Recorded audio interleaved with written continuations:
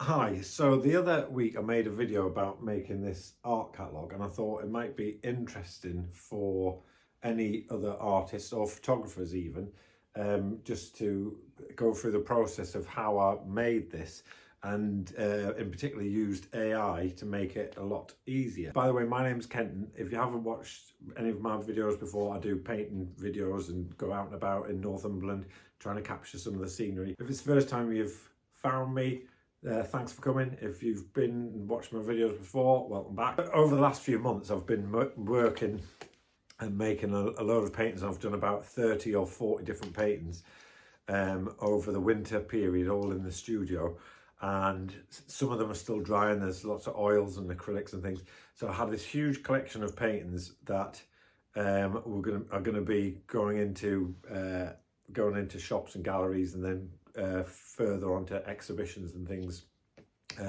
during the summer.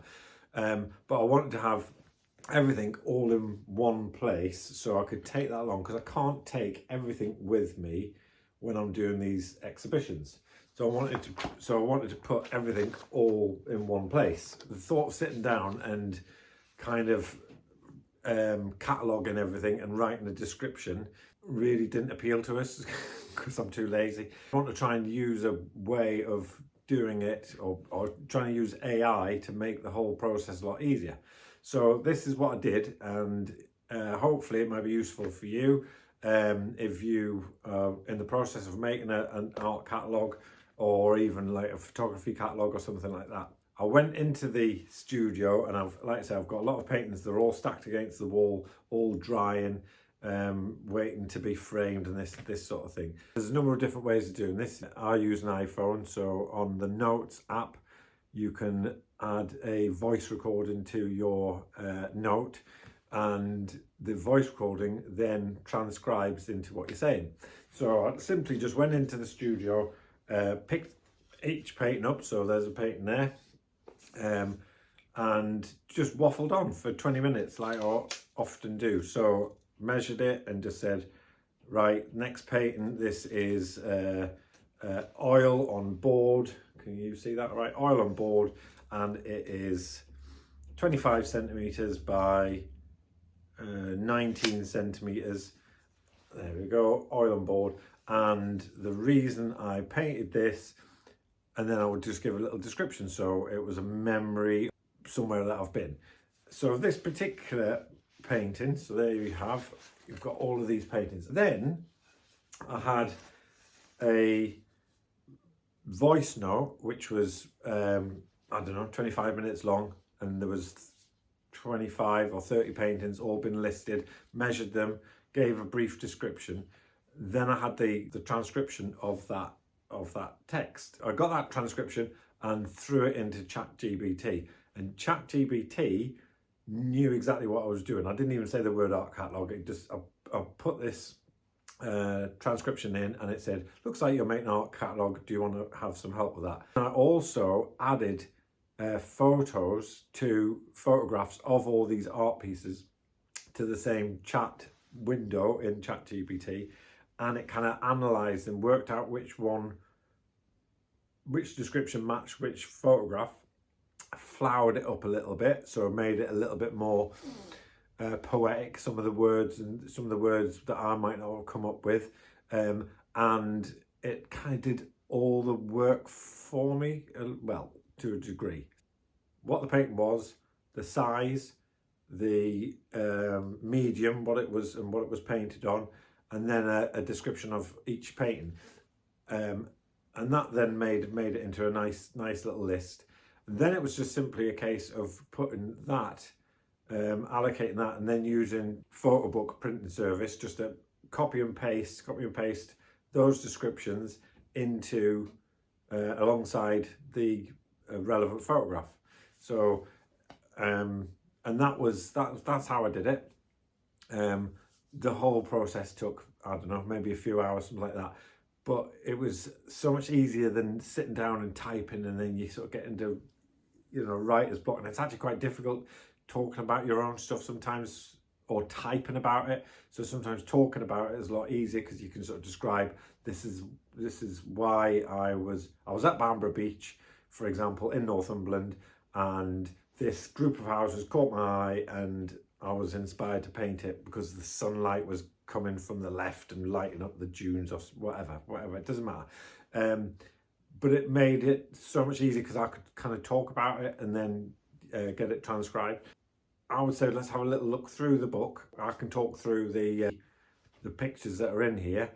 I even used AI just to kind of get all the images that I'd supplied it and then put them in a frame and then show them on the wall.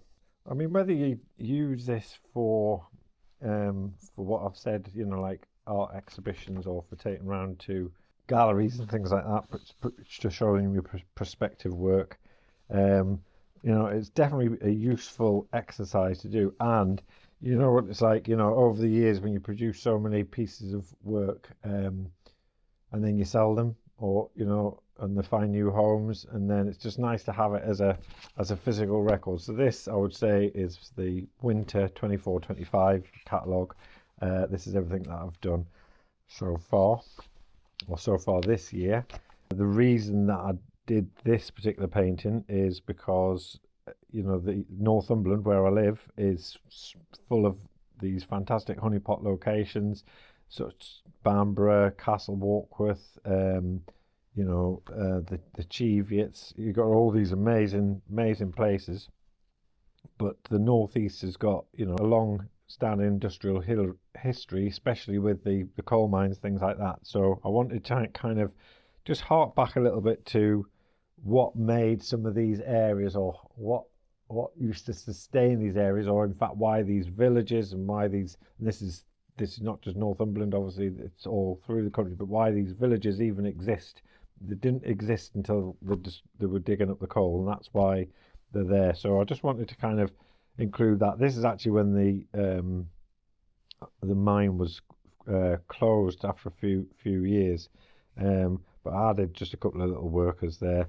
And then again, so when I was going through and measuring all of these, you know, I was taking the sizes, so 40 by 50 oil on canvas, and then, as you can see, what I've just been waffling on about there, piece was inspired by a desire to move away from the frequently captured honeypot locations of Northumberland, and instead this painting honours the industrial heritage of the East Coast, capturing a quieter, more reflective memory of the region's mining past. Now, what I said to you before is what I kind of dictated to ChatGPT, but it kind of tidied up, gets rid of all the ums and ahs and all this kind of thing. So it doesn't matter how rambling it is, it kind of works it out, you know, what you've got here.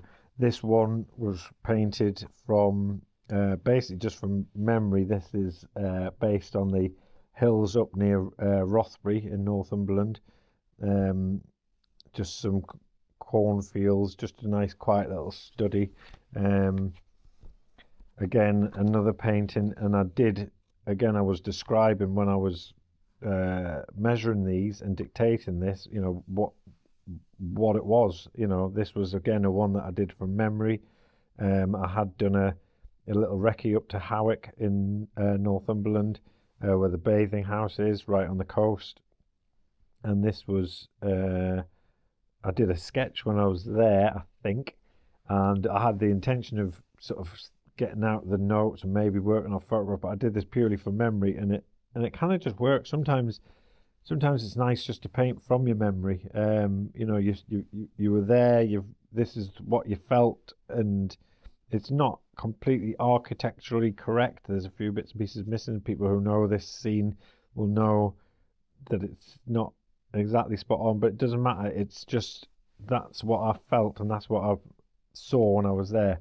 Again, these two here, this was a study that I did in acrylic and in oil, and I think I've been painting along the beach somewhere, and I was driving home and it was just starting to get to the sunset, and I drove past and I saw this kind of drainage channel, probably a little burn or brook or something, heading from the fields just across the road and into the sea, and it just really captured my attention. So I had to turn the car around, go back and capture this. So that was two paintings that I got from there.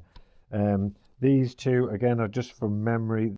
This one was one of Bamborough in Northumberland, Bamborough Castle.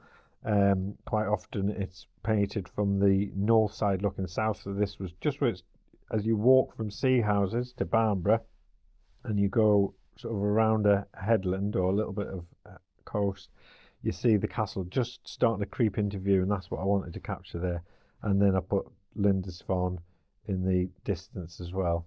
Again, this was purely from memory. This is based on a hawthorn tree on one of the big hills where there's a hill fort at the top up at Ingram Valley or Breamish Valley, near the village of Ingram. And there's a number of these sort of weather-beaten hawthorn trees, and then the heathers and things. And I deliberately sort of left it kind of a little bit abstract with some runs and stuff on there. This one was from a walk that we did up at Bamborough and went past the golf club, and then this is looking across to Budle Bay, and then getting up into sort of Northumberland. And it was February, so there was very, very strong light, and it was casting some really good shadows across the beach, and that's really what I wanted to capture with that one. That one there I painted, actually I did a reference sketch of that one. It was middle of December. It was actually surprisingly quite warm, but I set my little chair up and I sat there and I got chatting to a guy who was doing some drone photography. He kindly took some footage of us, and what I liked about that one is just these pools sort of leading the reflecting the sky, and then I kind of used an artistic license just to bring that in. This one, very, very simple study, didn't actually take that long. I don't know if you can see very well there, but just that tiny little tiny little shine of light on the fields. So as you can see, I'm not going to go through every single one of these, but each one has a little story. Each of those stories was dictated to my phone, then transcribed. It's all done for you. You're not having to type it all out, not have to think about things, you know, and it just made the whole process so easy. And then I've ended up with a great catalogue of work, really fairly straightforward. I used Vistaprint to do this one, and I believe the cost of this was around about £27, something like that. Hopefully if you found that useful at all, give it a go.